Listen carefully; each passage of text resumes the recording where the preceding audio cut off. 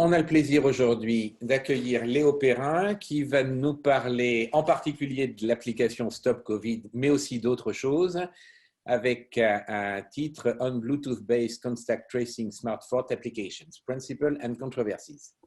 Léo, tu peux y aller. Merci beaucoup et merci beaucoup pour l'invitation. Donc effectivement, je vais vous parler des applications de traçage qui sont en train d'être considérées par énormément de pays, notamment la France par le biais de Stop Covid, mais aussi par d'autres pays qui vont reposer sur des techniques différentes. Et je vais vous expliquer comment ça marche et quels sont les débats qui entourent ce sujet. Donc, comme l'a dit Cédric O à de très nombreuses reprises, refuser d'installer une application de traçage, c'est accepter plus de morts. Donc, a priori, on devrait avoir un consensus total sur le fait qu'il faut qu'on travaille tous ensemble pour concevoir la meilleure application possible et il faut tous l'installer. Vous avez dû remarquer que ce n'est pas du tout ce qui se passe. Tout le monde est en train de se disputer avec tout le monde, en gros. Pourquoi ? Donc, mon but dans cette présentation, c'est de vous expliquer ça. Donc, pour ça, il va falloir que je vous explique comment fonctionnent ces applications de traçage. Et ça me permettra ensuite de vous expliquer quelles sont toutes les controverses qui entourent ces applications de traçage. Et en gros, ma lecture de ça, c'est qu'on a un bon vieux conflit entre la théorie et la pratique. Sur la théorie, énormément de gens vont être d'accord, mais quand il s'agit de mettre en place ces concepts théoriques, là, ça se passe beaucoup moins bien. Avant de commencer, qui suis-je? Je travaille à INRIA, effectivement. Je suis cryptographe, je suis spécialiste de cryptographie symétrique. Par contre, je ne suis pas du tout impliqué dans le projet Stop Covid. Donc, je n'ai pas d'informations privilégiées. À aucun moment, je ne vais me reposer sur des informations que j'aurais eues parce que je suis INRIA dans cette présentation. La seule méthode que l'on ait en sécurité de l'information pour essayer de déterminer si un protocole ou un algorithme, etc., sont sécurisés, c'est d'essayer de trouver des failles dedans. Donc, essayer de trouver des failles dans un protocole, ce n'est pas quelque chose d'agressif, c'est littéralement notre travail. C'est aussi simple que ça. On nous propose un protocole, on essaie de voir ce qu'on peut trouver comme faille dedans. Aussi, pour ce qui va être éventuellement de dissiper des biais éventuels, je suis co-auteur de Risque Traçage. Donc, c'était un site de vulgarisation, enfin, c'est toujours un site où on vulgarise plusieurs des risques que je vais présenter dans cette présentation. Vous allez voir que paradoxalement, ça me met dans une bonne position de neutralité pour présenter tout ça. Ça, j'y reviendrai. Alors, comment est-ce que tout cela va s'articuler? D'abord, je vais vous expliquer la théorie derrière ces applications de traçage. Pourquoi est-ce qu'on s'embête à essayer de les concevoir? Quels sont les grands principes de fonctionnement?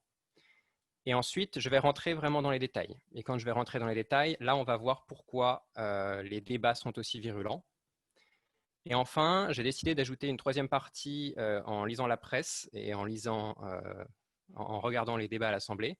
Il y a beaucoup de choses qui ont été dites sur Stop Covid des applications de traçage et je pense qu'il y a des clarifications qui sont nécessaires. Pour dire ça poliment. Ensuite, évidemment, conclusion. Alors, la théorie derrière les applications de traçage. Donc, il s'agit de faire du traçage à base de Bluetooth et de faire tourner ça sur des téléphones. Donc, on va regarder chacun de ces points séparément. Tout d'abord, le traçage. Donc, je vous épargne l'introduction sur l'épidémie de coronavirus, etc. Et pour ce qui est du traçage, je ne vais pas non plus m'étendre beaucoup sur le sujet. Vous en avez tous beaucoup entendu parler. L'idée, c'est de pouvoir bloquer la propagation de l'épidémie en isolant non seulement les gens qui sont malades, mais également les gens qu'ils ont croisés. Donc, le traçage de contact, c'est essayer de retrouver tous les cas contacts. Et un cas contact, en l'occurrence, c'est une interaction qui a pu être contaminante. Donc, ce traçage peut être fait à la main par des gens, ou alors il peut être fait avec des outils numériques, et en particulier avec des applications sur smartphone. Donc, tout le long de cette présentation, si je vous parle de CTA, c'est Contract Tracing Application, donc une application de traçage des contacts. Je ne suis pas épidémiologiste. D'ailleurs, si vous avez des réflexions à faire à ce sujet, n'hésitez pas à m'interrompre quand je vais parler d'épidémiologie. Je ne vais pas le faire beaucoup. Je vais juste m'attarder un petit peu sur la fameuse étude d'Oxford qui est citée beaucoup, notamment par le ministère pour motiver Stop Covid. Donc j'ai décidé de regarder ce qu'ils disaient dans cette épidémie, approche très protestante, retour au texte. Donc ce traçage des contacts, comment il fonctionne et comment fonctionne cette épidémie d'Oxford. Donc dans cette étude d'Oxford, ils se sont intéressés à l'impact de 3 quantités sur la diffusion du virus. L'efficacité de l'isolement, donc ça va permettre de déterminer de quantifier, non seulement quelle est la proportion des malades qui vont vraiment s'isoler, et est-ce que cet isolement sera de qualité. Ça prend les deux en compte. Il y a l'efficacité du traçage, qui quantifie l'efficacité du traçage. Est-ce qu'on arrive vraiment à recontacter toutes les personnes qui ont été en contact avec le malade? Et il y a un autre facteur extrêmement important qui va être le temps, mesuré en jours. Donc c'est vraiment le temps entre le moment où les premiers symptômes apparaissent et le moment où les contre-mesures sont mises en place. Le traçage des contacts et l'isolation étant considérés comme simultanés, et au moment où c'est fait, c'est fait. Alors que nous dit cette étude? Ils ont fait des graphes, donc sur l'axe des X, c'est l'efficacité de l'isolement, et sur l'axe des Y, c'est l'efficacité du traçage. Donc quand on lit leur papier, on peut trouver comment ils calculent cette efficacité de traçage. Ils ne donnent pas une formule, c'est comme dans les principes de philosophie naturelle de Newton, c'est une phrase. L'efficacité du traçage est proportionnelle, est égale au carré de la proportion des utilisateurs de l'application. Donc dans la population, quelle est la fraction des utilisateurs sur la population totale, multiplié par la proportion des contacts que l'application peut détecter, enfin que le processus de traçage, pardon, puisqu'il n'est pas vraiment encore question d'application. Donc quelle est la proportion des contacts qui sont détectés par l'application, pardon. Et enfin C, moi je vois ça comme une constante de physicien pour bien ramener tout ce qu'il faut aux bonnes dimensions. Ça va permettre de quantifier l'impact sur le taux d'infection qu'a le fait d'être notifié comme contact. En fait, ce C, de toute façon, je ne vais pas en parler plus que ça. Je vais partir du principe que c'est parfait et que ça vaut 1. Donc cette étude d'Oxford, elle nous dit ceci. Donc vous avez 4 graphes. À chaque fois, donc, en X, on a le succès de l'isolement. En Y, on a l'efficacité du traçage. Et les 4 graphes correspondent à 4 durées d'implémentation des contre-mesures. Et donc ce qu'on peut voir, c'est que déjà, l'efficacité du traçage doit être élevée. Puisque si l'efficacité du traçage est basse, dans tous les cas, ça ne marche pas. Donc, quand on est dans une zone verte, c'est que l'épidémie, donc le fameux R0, est en dessous de 1, donc l'épidémie va s'arrêter d'elle-même. Pardon. Et quand on est dans une zone rouge, c'est que le R0 est au-dessus de 1, et du coup, l'épidémie est sur son exponentielle et va finir par vraiment prendre de l'ampleur. Donc le but, c'était dans la zone verte, évidemment. Pardon. Et donc, ce qu'on voit, c'est que l'efficacité du traçage doit être très élevée. Le temps doit être très faible. On voit que dans le graphe du bas, on part du principe que quelqu'un se met à tousser, paf, il s'isole, on isole ses contacts. Et donc, on voit que pour atteindre des efficacités de cette ampleur, il va falloir automatiser les processus. Donc, c'est ça l'idée derrière les applications de traçage, c'est de nous fournir ces fonctionnalités-là. Et en plus, dans ce papier, donc dans la même étude de l'Université d'Oxford, il nous donne un cahier des charges pour une telle application qui nous permettrait de faire ça. Donc, c'est une capture d'écran du papier là, que vous avez. Et donc, on voit que c'est quelque chose d'assez différent, en fait, de ce qui est considéré actuellement. En particulier, ça se repose sur le GPS. C'est-à-dire que là, on a une application qui va tracer les gens, pas juste les contacts, les gens, et savoir à chaque instant où est chaque personne. Et grâce à cette donnée, on va pouvoir savoir si des personnes sont proches, on va pouvoir savoir où sont ces personnes. Ils envisagent d'utiliser un autre mécanisme pour savoir si quelqu'un est dans une zone avec beaucoup de passages, où on scannerait un QR code dans ce bâtiment, par exemple. Et donc voilà, l'application fonctionnerait comme ça. Si l'application détecte que vous avez été physiquement proche parce que vos coordonnées GPS étaient proches de celles d'une personne qui a été malade, on peut vous avertir. Cette application peut aussi prendre en compte du coup les cas où vous allez, par exemple, si une personne est malade et a toussé sur une surface, cette application va pouvoir le détecter, puisque cette surface, elle ne va pas bouger. Donc, les coordonnées GPS vont nous permettre de savoir si non seulement si vous avez été proche d'une personne malade, mais si vous avez été à un endroit où est passée une personne malade. Donc voilà, c'est ce que proposait cette étude d'Oxford. Et aussi une autre grosse différence, c'est qu'il part du principe que les tests sont faits, il y a un premier test qui est fait dans l'application et les tests sont faits à la maison, très rapidement. Et si vous avez suivi un petit peu les débats sur Stop Covid, etc., vous voyez qu'en fait, c'est pas ça du tout, Stop Covid et les autres applications considérées. Pourquoi? Alors, on a vu ce que c'était le traçage, on a vu pourquoi est-ce qu'on voulait des applications de traçage a priori. Maintenant, pourquoi est-ce qu'on fait ça à base de Bluetooth et non pas de GPS? En fait, c'est très simple, c'est qu'on n'a pas envie d'implémenter Big Brother. L'application décrite par l'Université d'Oxford, c'est pas juste une application de traçage de contact, c'est une application de traçage tout court. On sait à chaque instant où est chaque personne. Il y a des gens que ça chagrine. J'en fais partie. Et je ne suis pas le seul. On va vraiment avoir des considérations sur les libertés individuelles qui vont faire que personne ne va envisager ce type d'application en Europe. Surtout qu'il faut que les utilisateurs soient convaincus d'utiliser ces applications. À l'heure actuelle, personne n'envisage d'imposer l'utilisation de ces applications en Europe, donc il faut convaincre les utilisateurs. Si l'application se repose sur un traçage littéral des individus, ça ne va pas bien se passer. Du coup, le GPS, on oublie. Pour autant que je sache, l'idée des QR codes a également été abandonnée par et les applications, donc et Stop Covid, et les autres applications considérées en Europe. Je pense que c'est une question de facilité d'utilisation. Si on se retrouve à avoir une queue énorme avec tout le monde qui veut scanner le QR code à l'entrée d'un bâtiment, ça va être contre-productif en fait. Mais du coup, on oublie le GPS. Maintenant, on a le Bluetooth. Le Bluetooth, qu'est-ce que c'est?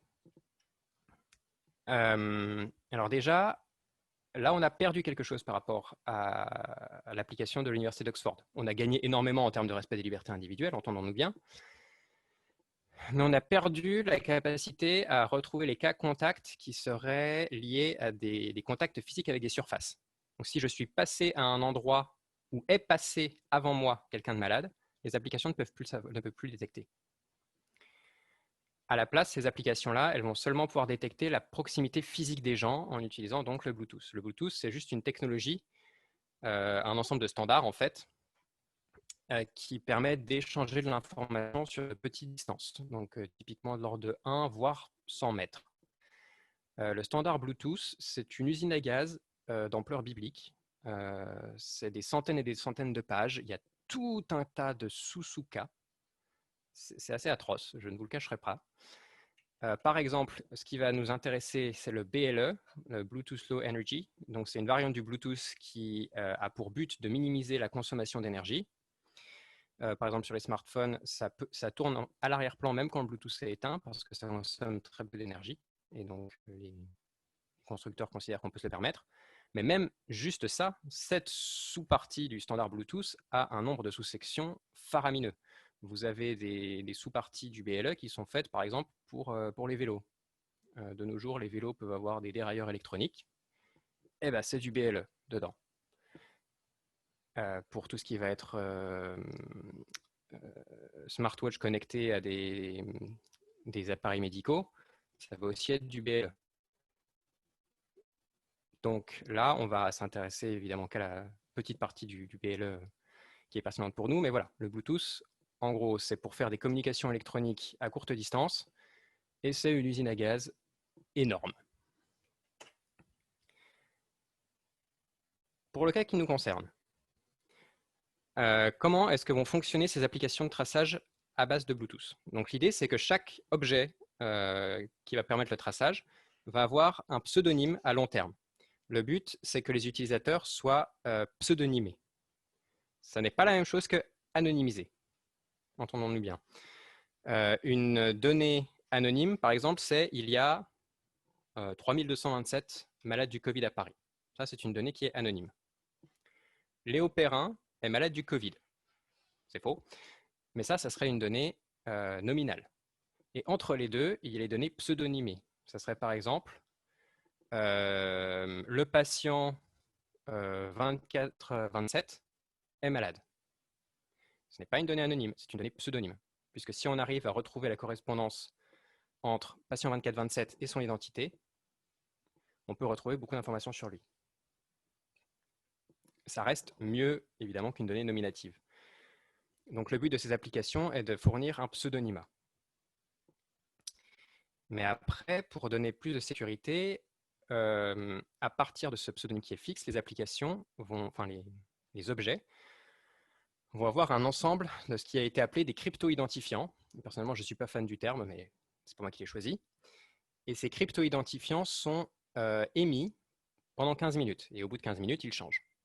Donc concrètement, ça veut dire que votre objet Bluetooth, il va crier je suis 2430, je suis 2430, je suis 2430 pendant 15 minutes.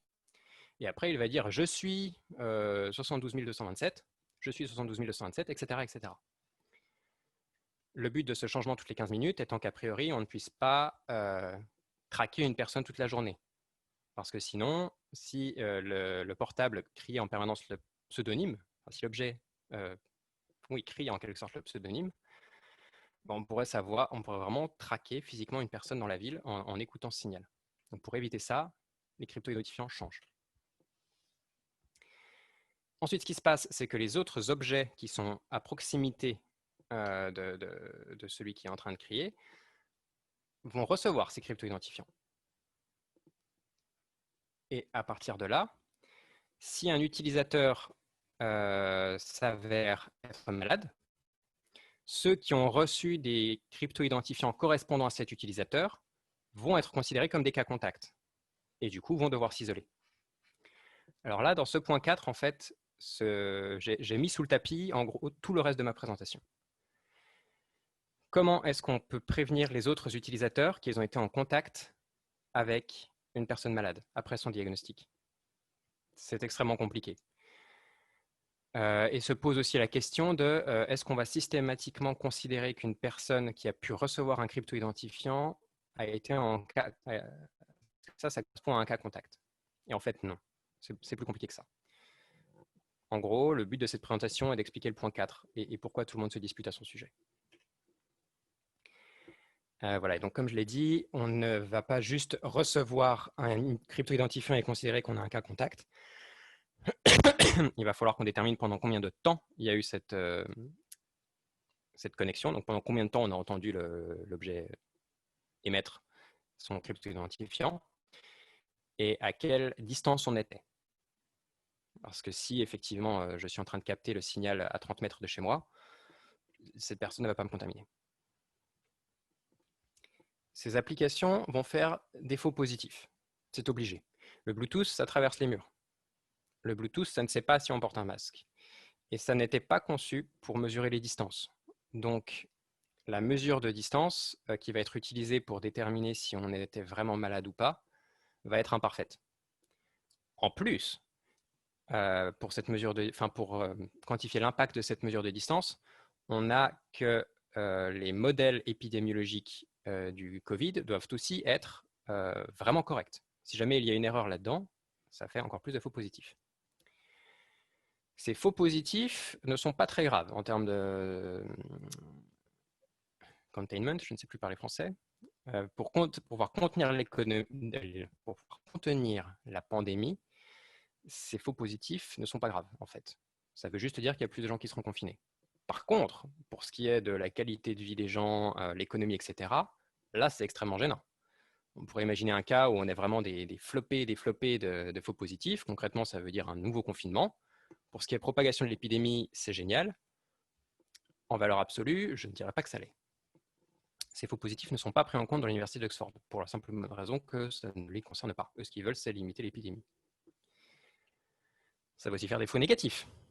Le Bluetooth, encore une fois, n'est pas fait pour mesurer les distances. Donc peut-être qu'une personne va être près et le Bluetooth ne va pas pouvoir s'en rendre compte. Et aussi, comme je l'ai dit précédemment, tous les cas qui vont correspondre à des contacts avec des surfaces et non pas avec des gens, donc des contacts différés dans le temps, et ne vont pas être pris en compte. Donc forcément, les applications de traçage à base de Bluetooth vont avoir des faux négatifs.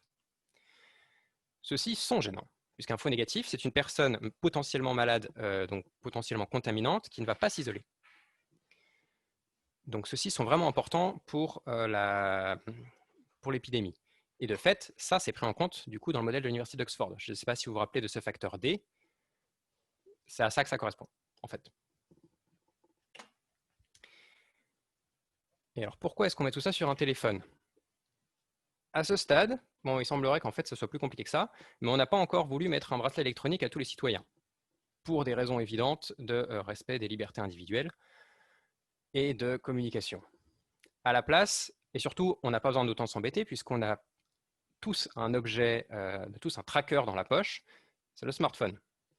On n'a pas besoin d'aller s'embêter à convaincre les gens de mettre un bracelet électronique au poignet quand ils en ont déjà un dans la poche. Concrètement, c'est ça.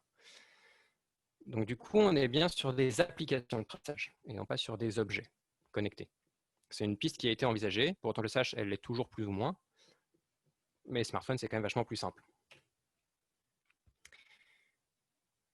Comment est-ce qu'on peut essayer de mesurer la distance grâce au Bluetooth? En fait, l'idée, très simple, c'est que l'intensité du signal décroît avec la distance, forcément.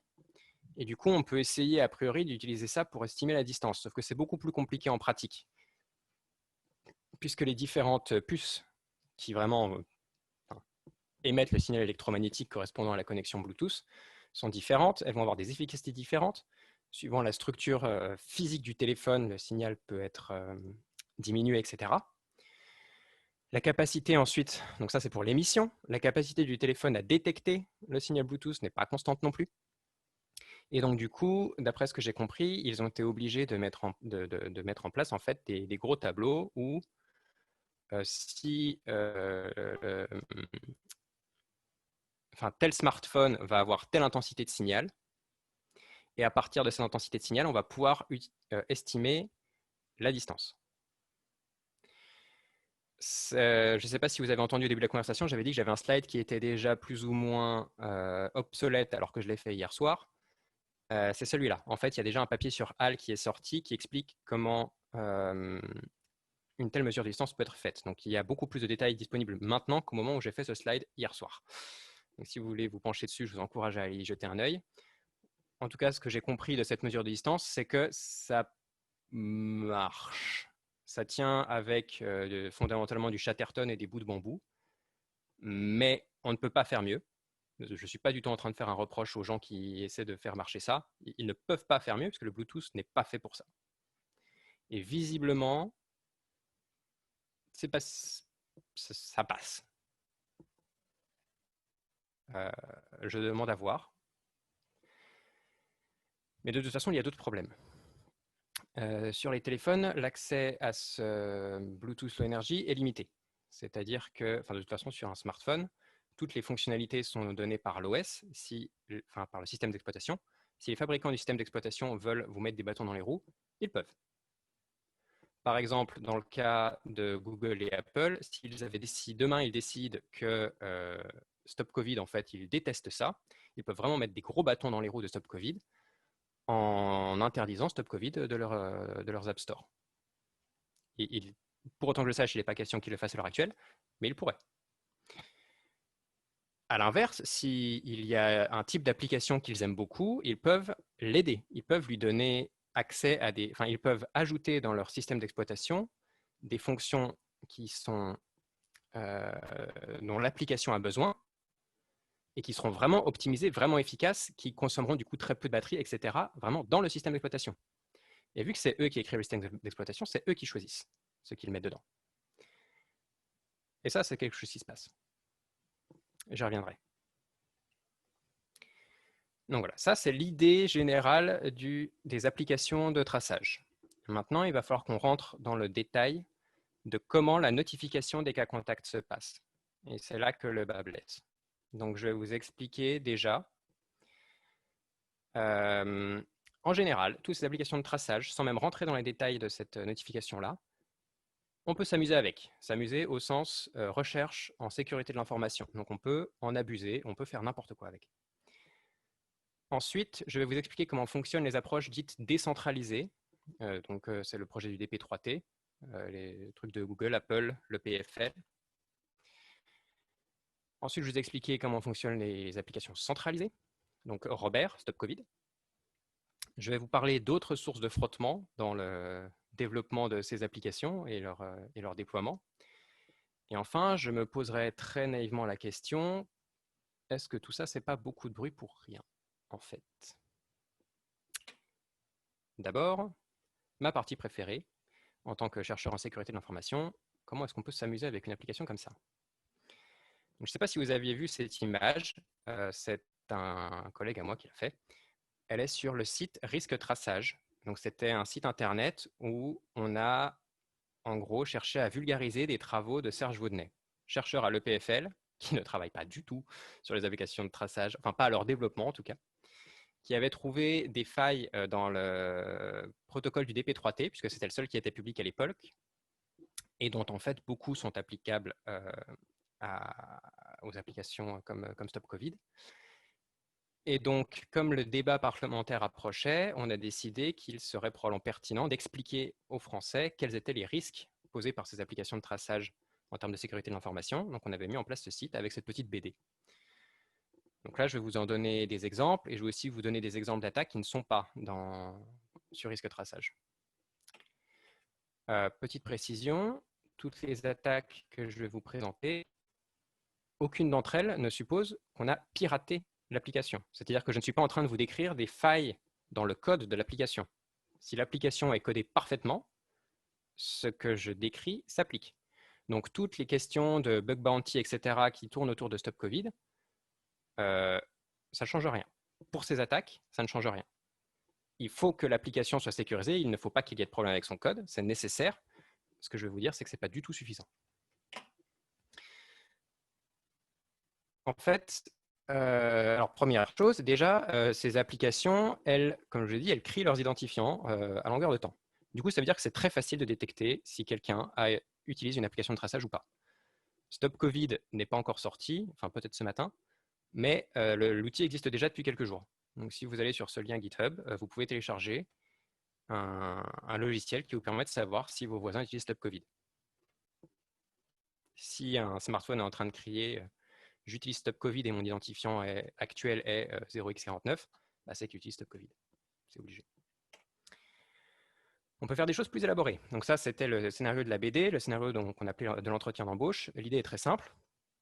On crée une nouvelle instance de l'application, par exemple en installant l'application sur un téléphone qui ne va être utilisé qu'une seule fois. On attend d'être à proximité d'une personne, par exemple si on est tout seul dans une salle avec eux. Et une fois que le contact a bien été stocké par notre instance de l'application, on éteint un téléphone et on ne laisse personne d'autre rentrer en contact avec, si bien que ce téléphone n'aurait été en contact qu'avec une seule personne. Et du coup, si après on a une invitation à nous mettre en isolation, bah, c'est que la seule personne qu'on a rencontrée est malade. C'est obligé.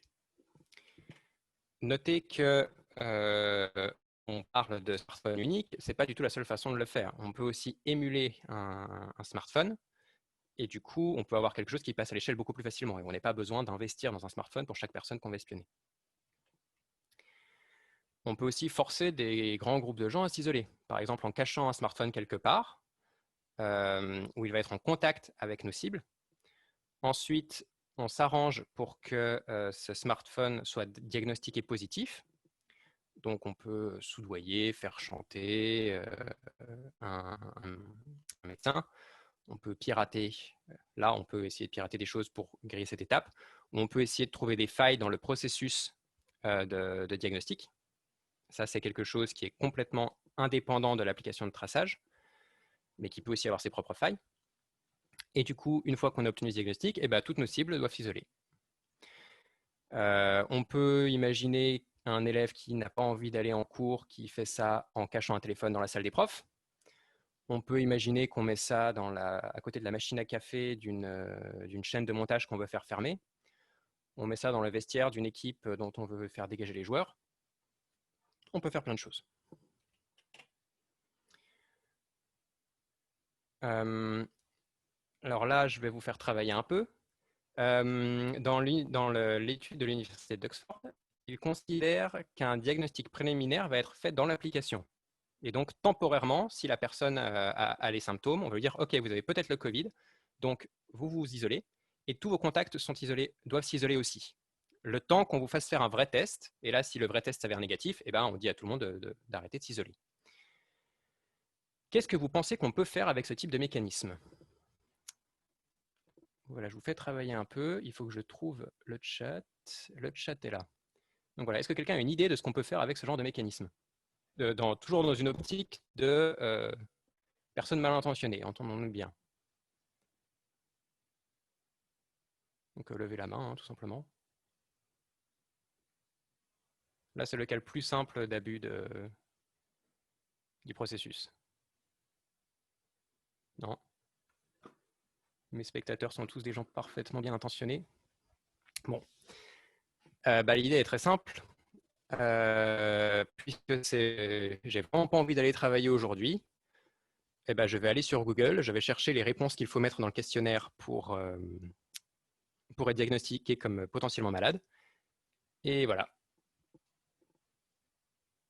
Je suis considéré comme potentiellement positif. Et c'est même beaucoup plus puissant dans ce contexte-là, puisqu'il suffit qu'on se réunisse à 10, par exemple.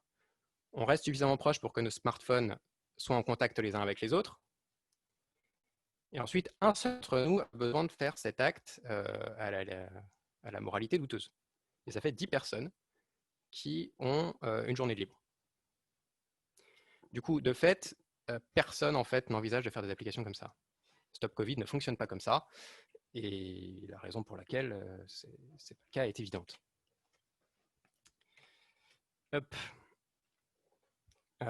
Plus généralement, donc ça j'en ai déjà parlé avant, il faut qu'on se pose la question de la sécurité de l'infrastructure qui va gérer les diagnostics.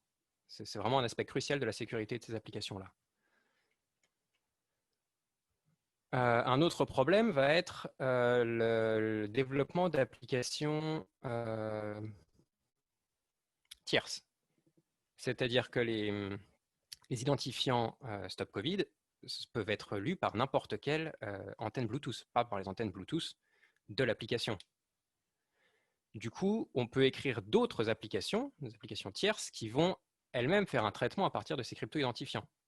D'une certaine façon, c'est déjà le cas de l'application de détection de Stop Covid. On peut faire des choses beaucoup plus élaborées. Par exemple, on pourrait avoir une application qui tourne sur smartphone, qui reçoit ces crypto-identifiants et qui va les associer aux coordonnées GPS de la personne à un instant T, par exemple. Ou bien qui va ouvrir un prompt et qui va demander à la personne « Ah, vous êtes avec qui en ce moment ?» Et ces données, après, pourraient être stockées quelque part. Enfin, on peut imaginer plein d'utilisations mal intentionnées. Et cette application serait complètement discrète. C'est-à-dire que c'est une application sur smartphone. Je ne sais pas les applications qui tournent sur vos smartphones, même si vous êtes en face de moi. Et donc, à votre avis, qu'est-ce qui empêche quelqu'un de développer une telle application? La réponse est très simple. Absolument rien. Absolument rien. Rien ne nous dit qu'on ne va pas avoir le développement de tout un tas d'applications tierces qui se reposent sur l'infrastructure de Stop Covid ou de n'importe quelle autre application de traçage pour en exploiter les données, pour en exploiter les signaux. Mais ça, comme tu dis, c'est indépendant de Stop Covid. N'importe quelle application. Complètement. Oui. Alors, c'est pour les applications à base de Bluetooth. Les applications à base de GPS, il faudrait y réfléchir, mais toutes les applications à base de Bluetooth ont ce problème. Donc, Stop Covid, DP3T, ça ne change absolument rien. Et du coup, c'est assez drôle. Enfin, je spoil un peu la suite. Mais donc ce qu'on Mais récupère, excuse-moi, ce qu'on récupère, c'est ouais, simplement les crypto-identifiants, c'est ça? exactement. Les crypto-identifiants, mais après, on peut savoir si ces crypto-identifiants correspondent à des personnes qui sont malades ou pas. La seule chose qui est exploitée dans toutes ces applications, c'est ce principe d'émission de crypto-identifiants. Hmm. Tout le reste, alors en fait, on s'en fout pas complètement puisque les détails de l'implémentation de l'attaque vont dépendre du système de notification, mais ce n'est pas des dépendances incontournables. C'est plus ou moins compliqué, mais c'est faisable. Et encore une fois, des applications de détection de Stop Covid, enfin l'application de détection de Stop Covid, elle existe déjà, bien avant que Stop Covid soit déployé. Et si vous voulez faire la même chose pour Swiss Covid, donc Swiss Covid qui ne fonctionne pas comme Stop Covid, qui fonctionne avec le truc de Google Apple, ça marche. Vous pouvez faire ça. Là, c'est des choses qui sont très simples. On se contente juste d'écouter pour savoir s'il y a des crypto-identifiants qui sont en train d'être émis, mais on pourrait imaginer des choses beaucoup plus élaborées. D'autres attaques plus élaborées, alors là, on n'en parle pas dans risque traçage, mais elles peuvent être beaucoup plus graves. C'est ce qu'on appelle dans le jargon des replay attacks. Donc là, c'est simple. La question, c'est Startup Nation, je veux faire de l'argent sur les réseaux. Comment est-ce que je peux vendre des diagnostics positifs au marché noir sans avoir à attaquer l'infrastructure qui fait les diagnostics? L'idée, c'est que je vais demander à mon client de m'envoyer ses futurs crypto-identifiants. Et ensuite, je vais mettre une antenne Bluetooth longue distance. Les antennes Bluetooth longue distance peuvent couvrir 100 mètres. Donc, on ne parle pas d'avoir quelqu'un avec un gros manteau qui se promène dans la file d'attente d'un centre de diagnostic. On peut être loin. Et donc, cette antenne, on la met à côté d'un centre de diagnostic. Et l'idée, c'est qu'on va utiliser cette antenne pour simuler des contacts avec toutes les personnes qui sont en train d'attendre, ou toutes les personnes qui sont à l'intérieur même. Pour la mesure du Bluetooth, il y a des idées d'intensité, mais ces idées d'intensité reposent sur une quantité qui est envoyée par l'émetteur, qui est l'intensité de son signal. Donc il suffit de dire à l'émetteur que non, non, toi tu vas dire qu'en fait ton signal n'est pas puissant. Et voilà, ça se contourne. Donc du coup, avec cette antenne longue distance, je vais faire croire à tous les smartphones du centre de diagnostic que je suis en contact avec eux, que je suis proche d'eux. Donc je vais leur envoyer mon identifiant, je vais prendre les leurs. Et du coup, la prochaine fois que... et après, je vais renvoyer toutes ces informations sur l'application de l'acheteur.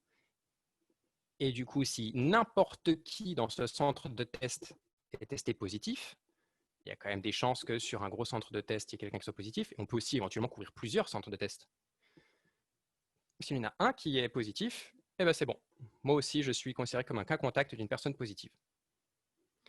Alors là, cette attaque-là, c'est un peu plus compliqué en pratique dans le sens où, suivant qu'on ait une application centralisée ou décentralisée, c'est un peu différent. Mais fondamentalement, le principe reste le même. Et là encore, Stop Covid, DP3T, tout le reste. On peut aussi s'amuser à traquer une personne spécifique, puisque donc, les crypto-identifiants changent toutes les 15 minutes, donc c'est le ID là. Donc d'abord, on a cet identifiant, au bout de 15 minutes, on a cet identifiant, au bout de 15 minutes, on a cet identifiant. Mais une connexion Bluetooth, enfin une antenne Bluetooth, elle a aussi son propre identifiant qui est inhérent au Bluetooth, qui s'appelle son adresse MAC. Et cette adresse MAC change aussi régulièrement. Donc si jamais les deux ne sont pas parfaitement synchronisés, on va pouvoir traquer les crypto-identifiants associés à une personne unique. Puisque là, au début, cette personne, c'est l'identifiant bleu. Ah, l'identifiant bleu, il a le MAC jaune. L'identifiant bleu devient l'identifiant kaki, mais c'est toujours le même MAC. Donc je sais qu'en fait, c'était la même. Et le changement suivant, je le saurai puisque, pareil, il y a cette partie-là qui était constante pendant la transition. Donc si les changements de crypto-identifiants ne sont pas parfaitement synchronisés avec les changements de MAC, on peut traquer une personne comme ça. Donc c'était la question d'Yvon tout à l'heure. Ça marche sur toutes les applications à base de Bluetooth. La seule chose qui est exploitée par ces attaques, c'est le principe de crypto-identifiant et d'applications à base de Bluetooth.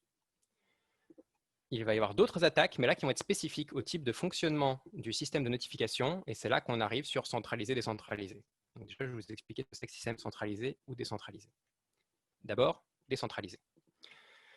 Donc c'est le système, donc là je regarde les systèmes qui sont comme celui du DP3T. Alors le DP3T, c'est une alliance d'académiques et d'industriels qui a promu ce type de système. C'est celui qui est privilégié par Apple et Google.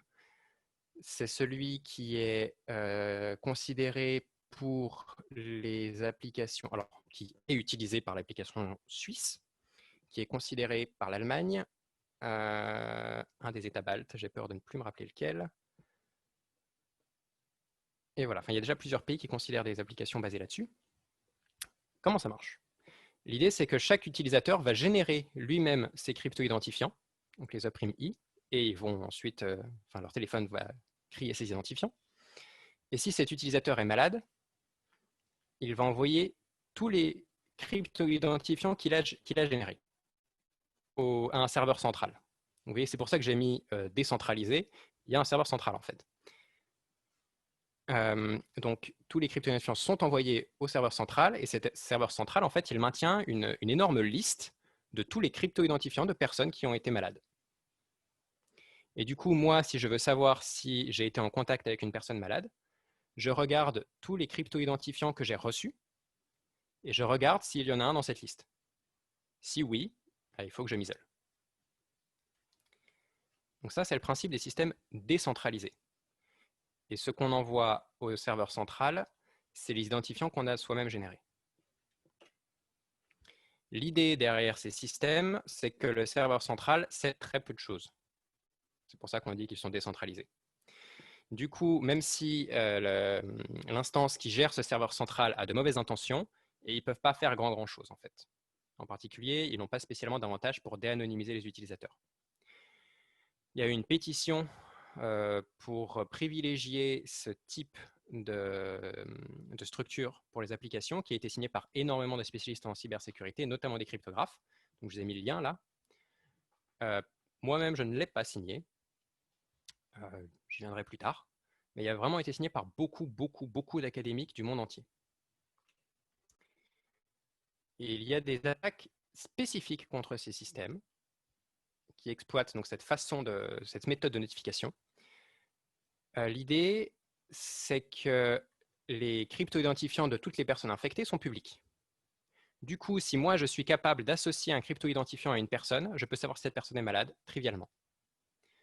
Par exemple, si je rencontre quelqu'un que je peux identifier parce que je les connais, parce que je suis une grande chaîne de magasins et je sais que cette personne vient de payer par carte pour ses achats, je vais prendre note de la correspondance entre ce crypto-identifiant et cette personne.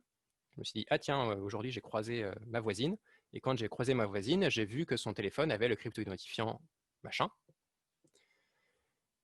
Et ensuite, je vais regarder, dans une semaine, je vais regarder cette liste de crypto-identifiants de personnes malades, et je vois qu'il y a l'identifiant de ma voisine.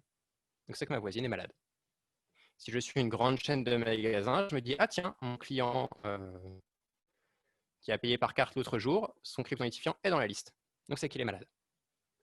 À aucun moment, il n'est question de pirater le serveur central ou quoi que ce soit. On est vraiment juste en train d'utiliser la fonctionnalité de l'application. Et donc, je peux le faire moi à ma petite échelle en regardant l'identifiant de ma voisine, mais on peut imaginer, oui, une chaîne de supermarché qui est une base de données interconnectée. On peut faire des choses extrêmement élaborées avec ça. On peut aussi utiliser le même style d'approche pour traquer la zone physique des gens qui ont été contaminés. Donc là, je vous laisse regarder les détails sur ce lien GitHub. Mais voilà, on peut faire beaucoup de choses avec les systèmes décentralisés. Alors maintenant, qu'est-ce que c'est que les systèmes centralisés? Donc ça, c'est l'approche utilisée par Robert. Donc Robert, c'est le protocole centralisé qui est utilisé par StopCovid. Il y a un autre protocole centralisé qui est utilisé par l'application considérée en Angleterre. Si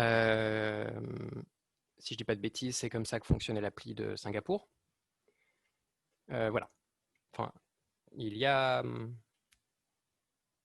d'autres pays qui considèrent ça. La Norvège, voilà, c'est le pays que je cherchais, a aussi considéré une application centralisée.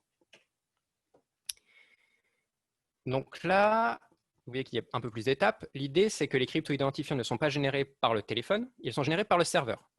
Donc le serveur me dit tous les matins, toi aujourd'hui, tes crypto-identifiants, ça va être cette liste. Et tous les quarts d'heure, tu changes. Soit, donc toute la journée, moi, je vais émettre mes identifiants. Mon smartphone va crier pendant un quart d'heure, je suis machin chose. Le quart d'heure suivant, je suis autre chose, etc. Et là, quand je suis malade, ce que je vais faire, c'est que je vais envoyer tous les crypto-identifiants que j'ai reçus. Je vais envoyer tous ces crypto-identifiants au serveur central. Pardon. Et vu que c'est le serveur central qui génère les crypto-identifiants, il les génère d'une façon telle qu'il puisse remonter du crypto-identifiant à l'identifiant permanent, au pseudonyme de la personne. Donc le serveur va pouvoir dire la personne, le crypto-identifiant Zorix77, en fait, c'est le crypto-identifiant du smartphone Zorix412. Du coup, il va pouvoir prévenir le smartphone Zorix412 que, attention, vous avez été en contact avec une personne malade. Donc là, ici, ce qui est envoyé au serveur central, c'est les crypto-identifiants que j'ai reçus. Ce n'est pas les crypto-identifiants qui sont générés par moi. C'est ça la grosse différence centralisée-décentralisée.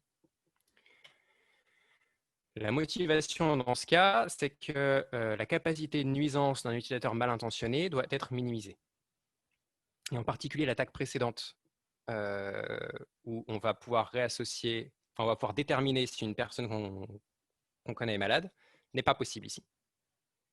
Parce que là, ici, la seule information que je vais avoir, ce n'est pas la personne qui a ce crypto-identifiant est malade, c'est moi, serveur central, je vous dis que vous avez croisé une personne malade. Je ne sais pas qui, je ne sais pas où, je ne sais pas quand. On peut retrouver cette information en faisant des attaques à utilisateurs uniques, etc., comme dans l'entretien d'embauche. Mais il faut faire une attaque. Là, on est vraiment sur... Enfin, a priori, on a beaucoup moins d'informations. Ça ne veut pas dire qu'il n'y a pas d'attaque spécifique contre ces systèmes. Je vous ai mis cette citation à l'écran. Bien évidemment, un État qui n'est pas une démocratie aurait un outil très puissant pour faire un outil de surveillance de masse. Alors, il y avait un député, je crois que c'était un député République En Marche, qui avait dit que les gauchistes du web avaient complètement pourri le débat sur Stop Covid. Vous savez qui a dit ça? C'est M. Bruno Sportis, PDG d'INRIA. INRIA qui est chargé du développement de Stop Covid. C'est un vrai souci potentiel avec les systèmes centralisés. Puisqu'en fait, dans ce cas-là, le serveur central, qui va donc être géré par un État, il sait beaucoup de choses. L'anonymat ne peut pas vraiment être garanti, puisque quand on se connecte au serveur central, on le fait par une connexion Internet. Une connexion Internet, on a des adresses IP. Les adresses IP, niveau anonymat, c'est pas ça. Et en plus, quand une personne est malade, elle envoie les identifiants de toutes les personnes qu'elle a croisées. Donc ça veut dire qu'elle donne une grande partie de son graphe social au serveur centralisé. Dans le cas de Stop Covid, il est question que ce problème soit mitigé en utilisant ce qu'on appelle des mixnets. Donc c'est un outil qui va permettre de casser les correspondances encore un peu plus entre les personnes et leurs pseudonymes. Mais je demande à voir. Mettre en place un mixnet, c'est extrêmement difficile. On parle quand même d'une échelle énorme. Je suis personnellement très sceptique. Donc ça, c'est le principal souci avec les systèmes centralisés. Il y a un autre souci, mais qui est très lié en fait, c'est que la correspondance personne-pseudonyme, qui donc doit être maintenue dans les systèmes centralisés, elle va se reposer sur une clé cryptographique. Là, en plus, c'est de la cryptographie symétrique, donc moi je suis content, c'est mon domaine. Mais ça fait juste une clé cryptographique sur laquelle repose toute la sécurité du système. Donc là, ce n'est pas anonymity, c'est security, normalement, dans mes slides, mes excuses. Donc si cette clé est récupérée, si elle fuit, si elle est mal utilisée, c'est toute la sécurité du système qui s'effondre. Donc ce système, il a une clé de voûte. Si elle tombe, tout tombe. On n'est pas sur un effritement graduel. C'est un matin, ça marche, et le lendemain, il n'y a plus rien. Ça, c'est spécifique au système centralisé. Maintenant, quels autres problèmes on a quand on essaie de faire une application de traçage à base de Bluetooth? Alors déjà, il n'y a pas beaucoup de temps. Les équipes qui doivent développer ces applications ne peuvent pas faire du code de qualité. Et je ne dis pas ça parce que j'ai une basse opinion d'eux, c'est même tout le contraire dans le cas des gens d'INRIA, parce que je les connais personnellement pour certains d'entre eux. C'est parce que ce n'est pas possible. les gens sont confinés, il y a les gamins qui courent partout, on est obligé de s'improviser des bureaux à la maison. Enfin, vous savez tous très bien comment ça s'est passé pour vous.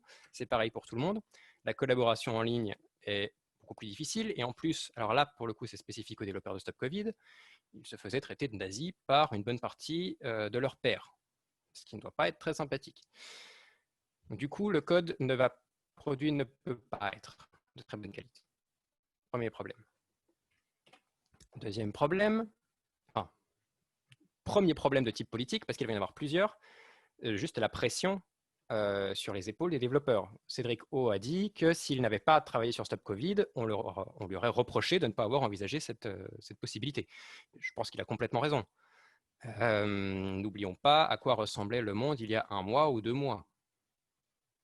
Là, les choses ont l'air de se tasser. Ce n'était pas le cas avant. Donc, encore plus de pression sur les épaules des développeurs. Il y a toutes les questions de souveraineté. Alors moi, je ne vais pas trop m'avancer sur ce terrain parce que je suis sur une analyse de sécurité, mais c'est aussi des débats qui sont importants. Apple et Google ont décidé qu'ils préféraient une approche décentralisée. Donc, ils ont donné des fonctionnalités dans leur système d'exploitation qui facilitent le déploiement d'une solution décentralisée.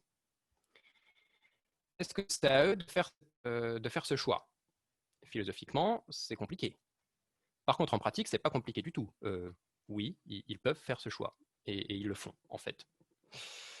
Ils ont choisi de grandement faciliter le développement des applications décentralisées.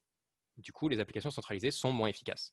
Ce n'est pas parce que les applications centralisées sont de façon inhérente moins efficaces, c'est parce que Google et Apple ont décidé que ce serait comme ça. Après, ils ne sont pas non plus allés très loin dans ce choix. Ils auraient pu décider d'interdire, par exemple, la Stop Covid d'être dans leur App Store. Ils ne l'ont pas fait. Mais ils ont choisi de ne pas le faciliter. Vous avez tous les débats qui tournent autour du débat philosophique indiqué ici. Le débat centralisé contre décentralisé. Donc là, j'ai fait un schéma extrêmement simplifié. Ce qui se passe dans un système centralisé, c'est que les gens vont avoir moins de pouvoir de nuisance parce qu'ils vont avoir toute cette attaque où il suffit d'associer le crypto-identifiant à la personne qu'on a rencontrée pour savoir si cette personne est malade, n'est pas possible. Donc ça veut dire que la capacité de nuisance de chaque individu est assez faible. Par contre, celle de l'État, là, elle est énorme. À l'inverse, dans un système décentralisé, la capacité de nuisance de l'État n'est pas plus élevée que celle des individus. Par contre, elle est plus élevée, la puissance de nuisance des individus est plus élevée que dans le cas centralisé. Et si vous préférez l'un ou l'autre, là, on est vraiment sur les axiomes sur lesquels vous pensez votre pensée politique. Donc du coup, les débats tournent très vite à la foire d'empoigne. On est sur des débats, j'ai écrit religion-like dans mes slides, c'est ça. On est sur des débats vraiment passionnés et qui n'avancent pas. Ça ne facilite pas les choses non plus, d'un point de vue scientifique. Et est-ce que c'était bien la peine? Si on revient à l'étude d'Oxford, on voit que l'efficacité d'une application, c'est donc du U carré fois D fois C. C'est pas mon domaine, on va partir du principe que c'est maximum et que c'est 1. En France, on sait que U ne peut pas être supérieur à 0,75 puisque c'est la proportion des gens qui ont des smartphones. Je sais bien qu'il est considéré de mettre des bracelets électroniques aux gens qui voudraient bien pour faire augmenter ce nombre. Je vais être honnête, je ne m'attends pas à ce que ça ait un franc succès. L'efficacité, on a une borne, alors, qui vaut ce qui vaut, puisque c'est celle qui a été donnée par Cédric O dans une interview à France Info. Donc on n'est pas sur de la publication scientifique. Il semblerait que l'efficacité soit de l'ordre de 0,80 en termes de capacité à détecter les contacts. Donc les contacts au sens Bluetooth. Donc ça veut dire qu'en plus, ce D ne prend pas en compte le fait qu'on rate tous les contacts par surface interposée. Donc du coup, si l'application de traçage qui détecte tout ce qu'elle peut, donc avec D qui vaut 0,8, non pardon, si l'application partait du principe que D valait 1, l'efficacité de l'application serait déjà au plus de 0,56. Le U est élevé au carré, donc il fait très vite très mal. Dans le cas de Stop Covid, on sait que D vaut 0,8 et je n'ai pas de raison de croire qu'il sera très différent pour les autres applications à base de Bluetooth. Donc du coup, on sait déjà que, indépendamment de la qualité du code, indépendamment de la qualité du protocole, indépendamment de tout ça, l'efficacité de Stop Covid, ça va être au plus un epsilon t de 0,45. Si on re-regarde l'étude d'Oxford, eh ben, ça ne laisse pas grand-chose en fait. Parce que donc là, j'ai grisé toute la partie qui est au-dessus de 0,45. Ça ne laisse pas beaucoup de marge de manœuvre pour l'application en fait. Sachant que le cadran en bas à droite, c'est instantané. C'est je tousse, on isole mes contacts instantanément. Mais donc là, c'est de la prospective. On part du principe que tous les gens en France qui peuvent installer Stop Covid vont le faire. Les vrais chiffres sont généralement beaucoup plus bas en Islande, où en plus l'application était à base de GPS. Donc du coup, leur application n'ignorait pas les contacts par surface interposée, et ils avaient quand même 40% de la population qui utilisait leur application. C'est beaucoup. Et ben dans leur cas, 40% d'utilisateurs, et même en partant du principe que D vaut 1, ça donne un epsilon t qui vaut que 0,16 au mieux. Donc ça enlève beaucoup, assez grave. Singapour, 20% d'utilisateurs, même si on part du principe que D vaut 1, de toute façon ça ne va rien changer. Voilà toute la plage d'efficacité qu'on leur enlève. Donc en fait, qu'est-ce qu'on peut espérer de la part de ces applications en se basant sur cette fameuse étude d'Oxford? En fait, le point auquel ces applications peuvent être autosuffisantes, il est hors d'atteinte en pratique. Et ce qui fait extrêmement mal à l'efficacité de ces applications, c'est le temps qu'il faut pour faire un test, et ça n'a rien à voir avec l'application, et c'est le taux d'adoption. Parce que ce taux d'adoption, il a une influence quadratique. Les fonctions carrées, ça fait mal.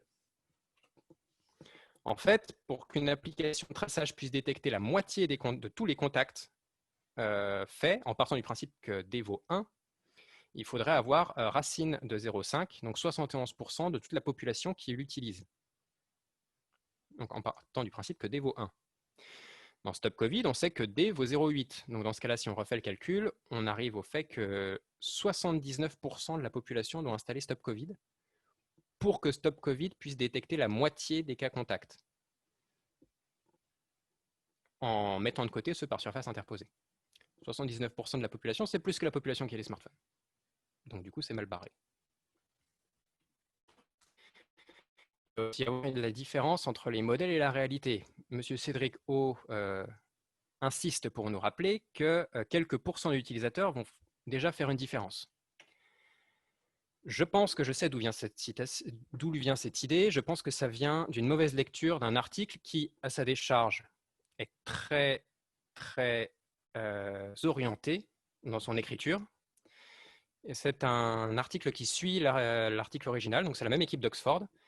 Et dans cet article, il compare les applications de traçage à ce qu'ils appellent l'absence d'application, mais qui est en fait l'absence totale de traçage.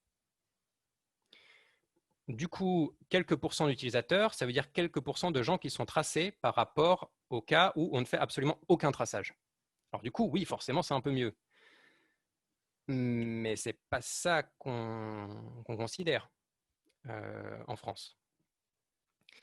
Et surtout, qui nous affirme que quelques pourcents d'utilisateurs font déjà une différence, mais ce qu'on voit, c'est que même en Islande, où on a eu 40% d'utilisateurs, et à Singapour, il y en a quand même eu 20, eh ben, en fait, ça servait un peu à rien.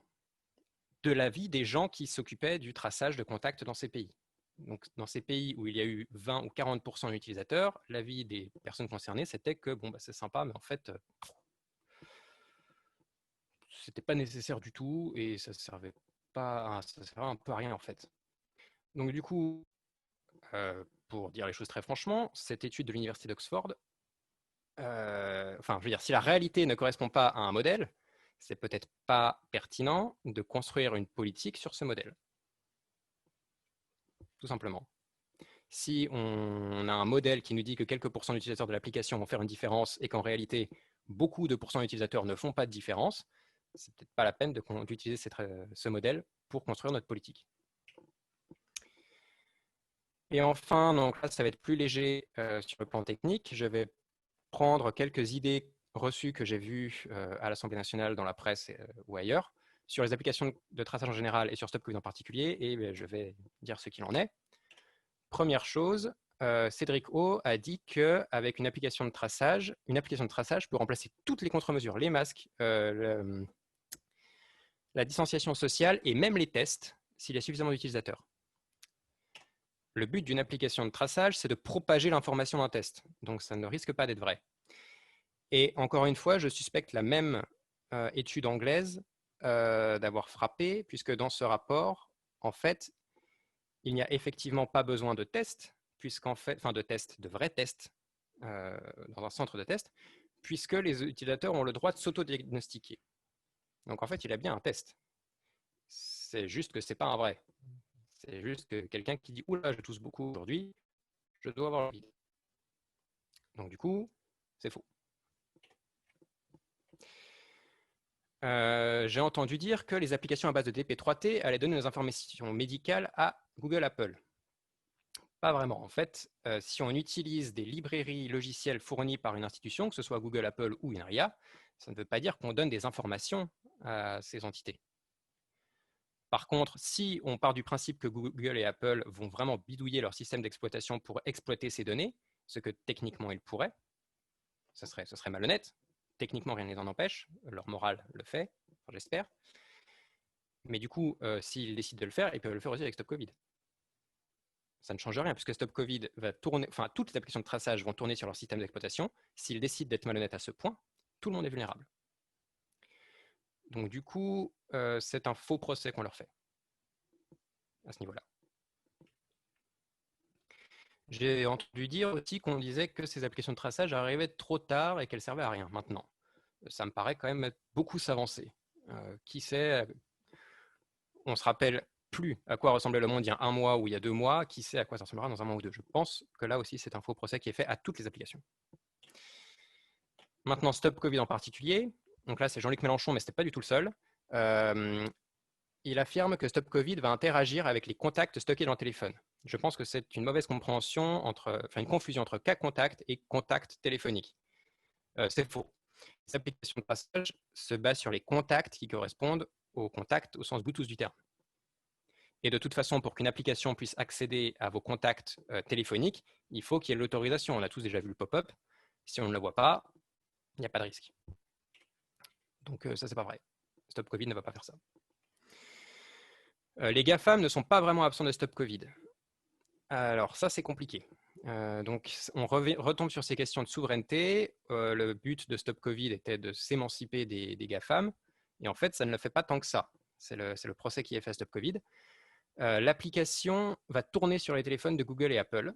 Mais ça, c'est ce que j'ai dit précédemment. En fait, ce n'est pas si dramatique en termes de l'impact que les GAFAM pourraient avoir sur Stop Covid.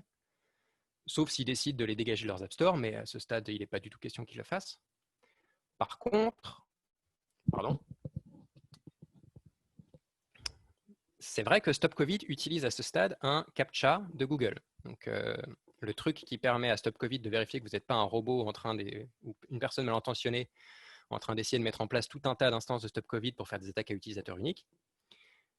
Ce composant-là, il vient de Google. Stop Covid réutilise une librairie de Google. Et ça, on sait que ça envoie des informations à Google. C'est vrai. C'est censé être temporaire. Mais à ce stade, c'est vrai que Stop Covid utilise quand même pas mal des produits, enfin se repose sur un composant de Google. Pour Microsoft, c'est plus compliqué. Donc là, je vous ai mis un schéma qui vient de la documentation de Stop Covid. C'est compliqué. Donc là, vous avez l'application, vous voyez ma souris hein. Là, vous avez l'application mobile. Là, vous avez les serveurs de Stop Covid. Et là, vous avez les serveurs de la Sécu, concrètement. Et donc ça, c'est le fameux, enfin c'est le Health Data Hub. Et ça, on sait que c'est chez Microsoft à l'heure actuelle. Donc du coup, c'est un débat qui est revenu sur le devant de la scène. Pourquoi est-ce que notre Health Data Hub, il est chez Microsoft? Et dans Stop Covid, j'ai pas réussi à démêler ce qui se passe. Parce que sur cette documentation, on a cette flèche-là, en pointillé rouge, qui nous renvoie des informations qui viennent des serveurs de Stop Covid vers les serveurs du HDH, donc vers Microsoft. J'ai essayé de creuser, je n'y suis pas arrivé. Je ne sais pas trop ce qui se passe à ce niveau-là. Mais voilà. Donc c'est vrai que les GAFAM ne sont pas complètement absents de Stop Covid. C'est vrai. Philippe Latombe, député, mais ce n'est pas du tout le seul à l'avoir dit, je crois que Cédric O avait dit la même chose, ils disent que les opposants à Stop Covid ont besoin de se décider. Soit l'application est inutile, soit elle est dangereuse, mais ça ne peut pas être les deux. Si, en fait, si, complètement. Il est tout à fait envisageable que l'application ne serve à rien en termes d'utilité pour les traceurs, comme ça a été le cas à Singapour et en Islande.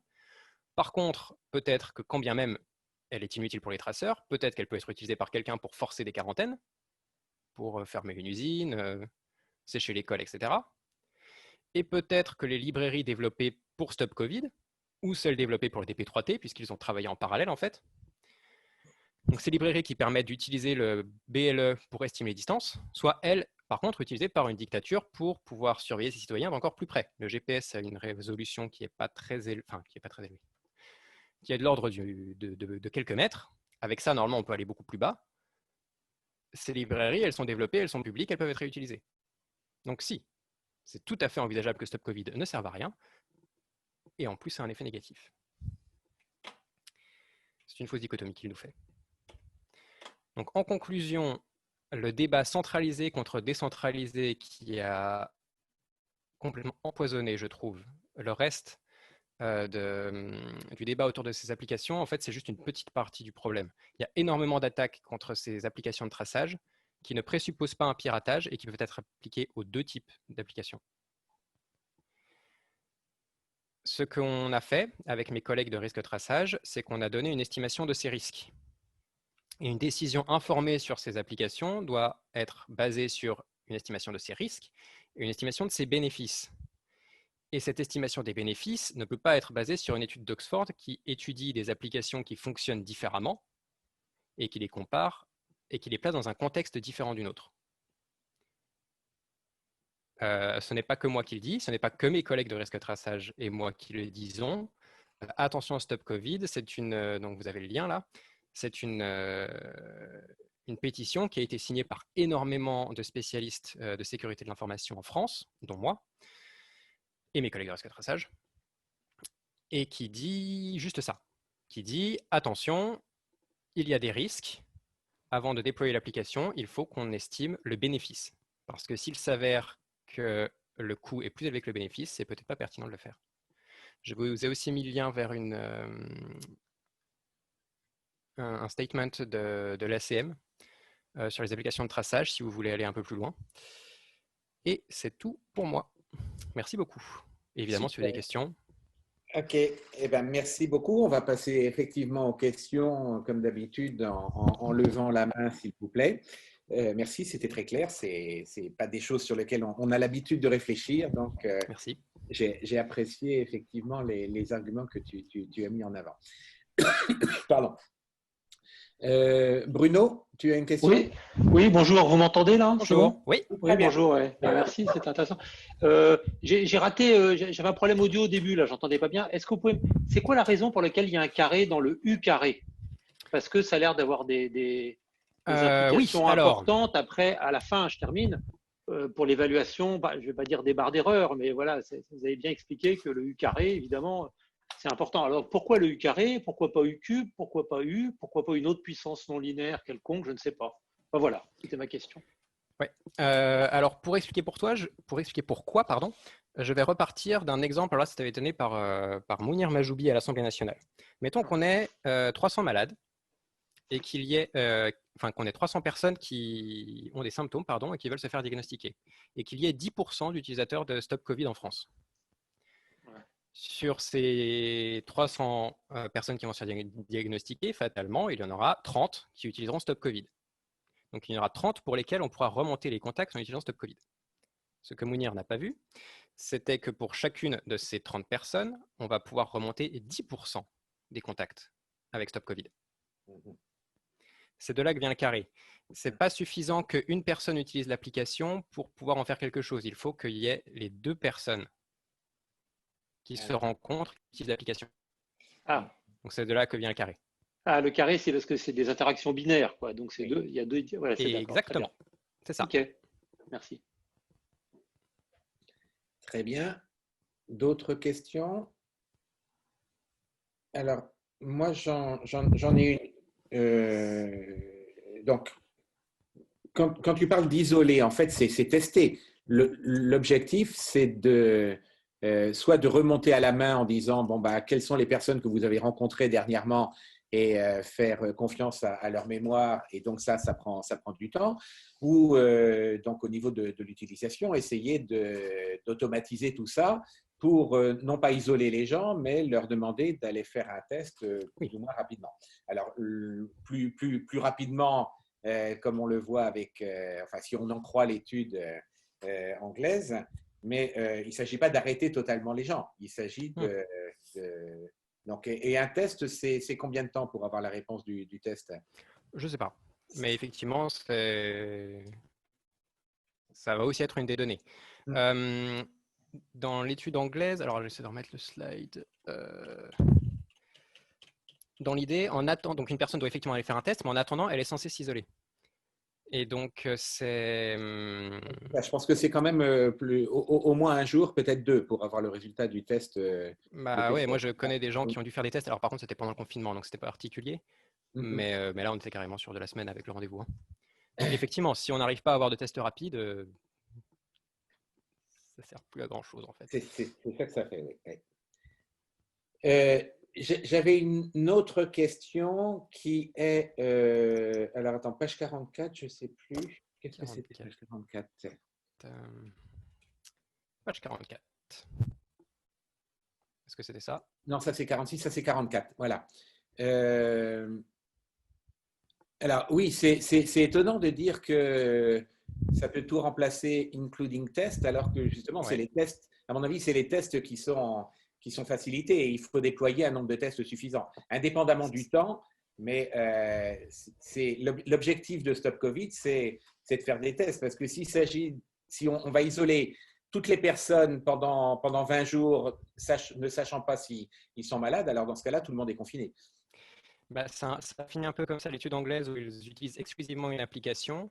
Donc il y a des cas où effectivement ils vont réussir à… Donc les cas où il y a seulement quelques pourcents d'utilisateurs qui sauvent des vies, c'est les cas où il n'y a aucune contre-mesure contre la pandémie. Et donc la pandémie est à fond les ballons et fait des morts et des morts et des morts. Et là du coup, s'il y a quelques pourcents d'utilisateurs et qu'on arrive à grappiller quelques pourcents du R0, s'il y a 1 million de morts et qu'on arrive à gratter 0,01%, effectivement, ça fait des vies. Est-ce que c'est pertinent de considérer ce cas? Je suis très sceptique. Et ce n'est pas Salan qui a fourché. Il a dit ça à l'Assemblée nationale et il l'a répété au Sénat. Les 2 fois, il a dit test inclus. Entendons-nous bien. Ok. Bon. Page 33. 33. Tu disais une clé découverte et tout tombe. Alors ça, je n'ai pas du tout compris.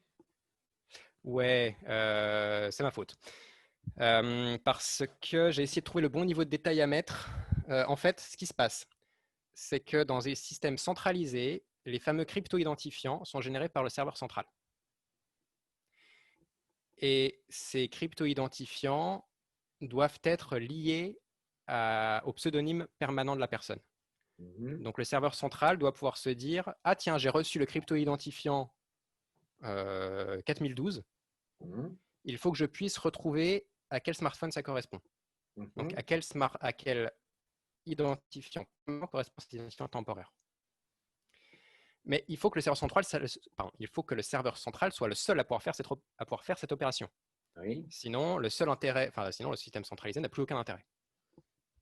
Et du coup, la façon dont on assure cette asymétrie entre le fait que le serveur central peut faire cette correspondance, mais pas les gens qui ont tous les crypto-identifiants, c'est avec de la cryptographie symétrique et avec une clé de chiffrement. Donc concrètement, ce qui se passe, c'est qu'on prend…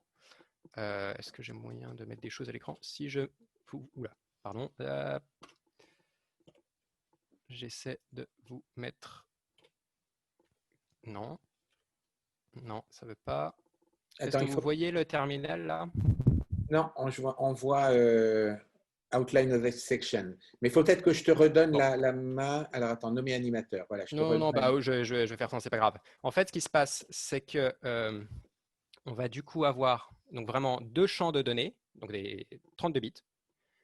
32 bits qui vont être l'identifiant permanent de la personne. 32 bits qui vont être un compteur. Donc ça va être pour avoir quelque chose de différent tous les quarts d'heure pendant vraiment longtemps. Donc, ça nous fait un nombre sur 64 bits. Et ce nombre, on le fait passer dans une primitive cryptographique qui s'appelle un chiffrement par bloc. Donc, c'est une permutation sur 64 bits qui va complètement mélanger ces données en utilisant une clé et qu'on ne peut pas inverser si on n'a pas cette clé. D'accord. Donc, la personne va recevoir ces crypto-identifiants qui vont donc être des mots de 64 bits. Mais à la donnée seule de ces crypto-identifiants, elle ne va pas pouvoir remonter au compteur et à l'identifiant permanent, puisqu'elle n'a pas cette clé. Par contre, si cette clé venait à fuiter, n'importe qui pourrait remonter. N'importe qui pourrait retrouver les identifiants permanents des personnes qu'il croise. On pourrait commencer à forger aussi des identifiants, c'est-à-dire à inventer des identifiants en rechiffrant soi-même un pseudo et un compteur, donc à changer la valeur du compteur aussi. On va vraiment pouvoir commencer à faire beaucoup d'attaques si cette clé venait à fuiter. Et l'État qui a cette clé peut faire toutes ces attaques. C'est supposé qu'il est malhonnête. Est-ce qu'on est disposé à faire cette hypothèse ou pas? C'est une autre question. Mais techniquement, il pourrait. Donc c'est pour ça que toute la sécurité du système repose sur cette clé cryptographique.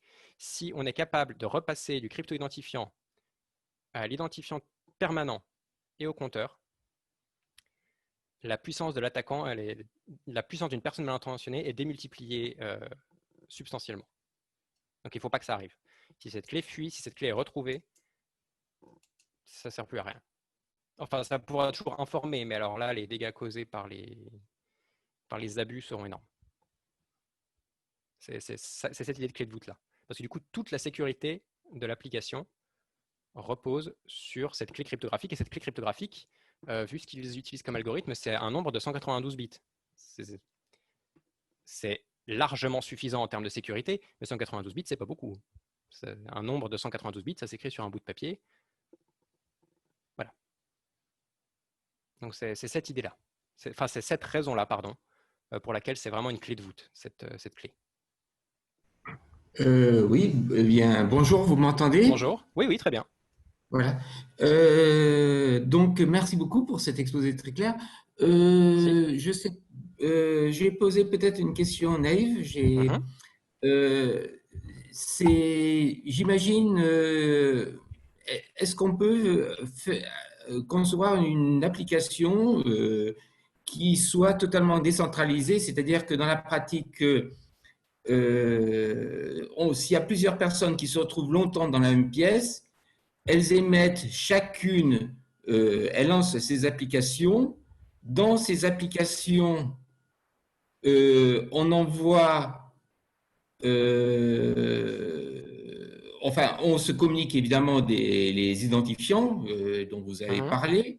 Ces identifiants sont placés sur une base de données datée sur une base centrale. Et si une personne sait qu'elle était contagieuse à ce moment, elle envoie un code, ce qui fait que l'information est transmise sur le serveur central. Et c'est uniquement les personnes qui peuvent, si on veut savoir si on a eu un problème, on se connecte, disons, on va rechercher l'information sur le serveur central et comme ça, on sait si on était contaminé ou pas. J'ai du mal à voir avec un système comme ça comment on peut être tracé, mais peut-être que j'ai du mal à me dire. Alors, je ne suis pas sûr d'avoir compris quelle est la différence entre ce système et un système centralisé. Donc, on a nos crypto-identifiants. Et après, qu'est-ce qui est stocké exactement dans la base de données? C'est uniquement le crypto. C'est uniquement le crypto identifiant avec la date et puis le lieu où l'ensemble des contacts. Ah, la date et le lieu. Ça va devenir très vite compliqué. Pardon. Pas forcément le lieu, mais pourquoi pas. Mais je ne sais pas, je pensais à une pièce ou bien disons à une salle de réunion ou bien à un train ou quelque chose comme ça. Donc j'ai l'impression qu'en fait, ce que vous décrivez, c'est un peu le système décentralisé avec en plus une donnée sur la position géographique. Puisque donc, si je comprends bien, chaque personne recevrait des crypto-identifiants et en gros, s'inscrirait pour dire… ouais, ok. J'ai l'impression que ce que vous décrivez, en fait, ça revient un peu à mettre en place, c'est quelque chose dont je sais que ça a été mis en place, par exemple, aux États-Unis à certains endroits avant, complètement sans application, à l'ancienne.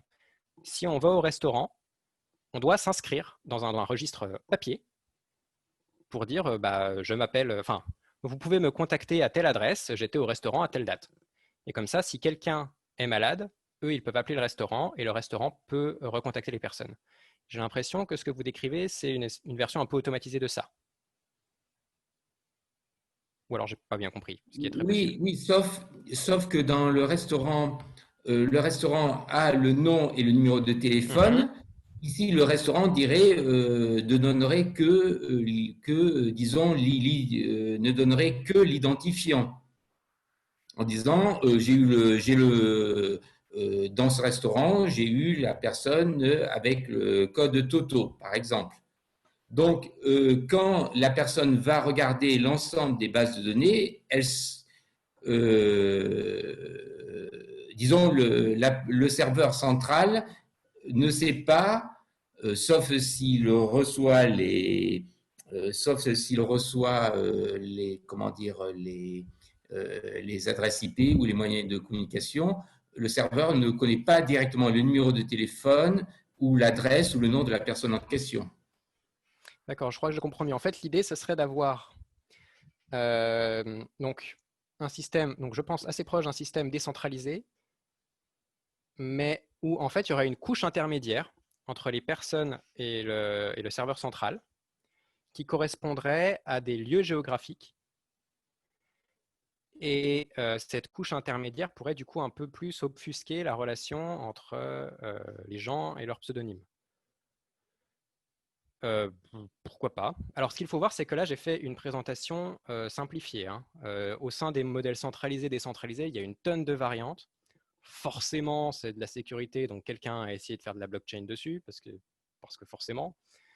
Donc, il y a énormément de variantes de ces systèmes. Il y a aussi le protocole désiré, proposé par INRIA, enfin par l'équipe Privatix, qui aurait peut-être pour but de remplacer Robert à terme. Le but étant de convaincre les autres pays de l'utiliser aussi. Mais là, on est vraiment sur des temps beaucoup plus longs. C'est pour ça que je n'en ai pas parlé. Mais je ne vous ai présenté qu'un sous-ensemble de ces applications de traçage parce que c'est celles qui vont vraiment être déployées. C'était ça mon critère de choix. C'était simple. Mais il y en a beaucoup, beaucoup d'autres. Et peut-être que c'est ce type d'option où on va rajouter des couches, en fait. Donc, en l'occurrence, ça serait une couche qui correspond à des lieux géographiques. Peut-être que de telles options ont été envisagées. Je serais bien incapable de vous le dire. Je vais être complètement honnête avec vous. Je n'ai pas du tout hâte de la prochaine conférence de cryptographie où il y aura 3 sessions complètes sur le traçage. C'est un sujet qui, je vais être honnête, c'est un sujet qui me saoule déjà maintenant. À mon avis, on n'en est pas sorti. Mais donc, voilà. Ce que je veux dire, enfin, le message que je veux faire passer, c'est que la variation que vous proposez, je suis bien incapable d'en faire une analyse là comme ça au pied levé. Par contre, c'est très possible que ça ait déjà été proposé parce qu'il y a énormément de choses qui ont déjà été proposées en fait. C'est vraiment un domaine où c'est l'ébullition. Il y a énormément de propositions qui sont faites, énormément de choses qui sont faites. J'ai préféré me concentrer sur les choses qui vont vraiment être utilisées dans cette présentation. Mais ce n'est qu'une petite partie de la recherche qui est faite sur le sujet. Voilà, je ne sais pas si j'ai… Enfin, du coup, je n'ai pas vraiment répondu à votre question parce que je n'ai pas réussi à estimer la sécurité de la chose, mais c'est quelque chose qui prend du temps. Mais j'espère quand même vous avoir donné des informations. Oui, non, c'est bon, vous avez quand même vous avez clarifié mes pensées à ce sujet où effectivement, je pensais de façon pratique un lieu géographique où des personnes seraient en contact pendant un long moment et donc en augmentant la probabilité d'être contaminé par ce fait-là et le côté d'être protégé de point de vue de l'anonymat par le fait que, bon, s'il y a, par exemple, dans une rame de train, il y 50 personnes, disons, c'est pas évident de savoir, disons, la couche supplémentaire augmente effectivement l'efficacité de l'anonymat.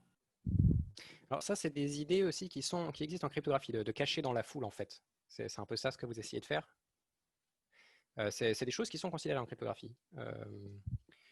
Donc ouais, et en plus, je comprends que ce soit tentant de vouloir faire cette couche d'obfuscation en se basant sur les zones géographiques, puisque les zones géographiques, c'est effectivement ce qui nous permettrait aussi de choper les contacts par surface. Donc, ouais, encore une fois, je suis bien incapable de vous dire, de vous faire une analyse de sécurité de la chose comme ça, mais peut-être que cela a déjà été proposé. Le problème va être de trouver comment ça aurait été formulé, puisque cette idée de cacher dans la foule, par exemple, c'est comme ça que fonctionne Tor pour la connexion Internet. Mixnet, on peut arguer que c'est un peu la même idée. Je suis sûr qu'il y a des gens qui étudient cette question, mais je ne peux pas vous dire qui. Est-ce qu'on peut passer à la question suivante ou Léo? Ah, il y avait une autre question.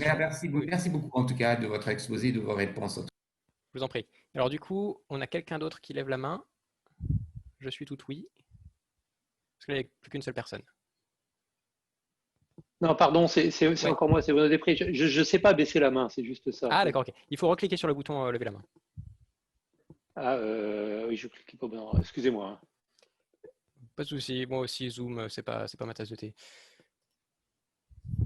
Donc du coup, est-ce que quelqu'un d'autre a une question?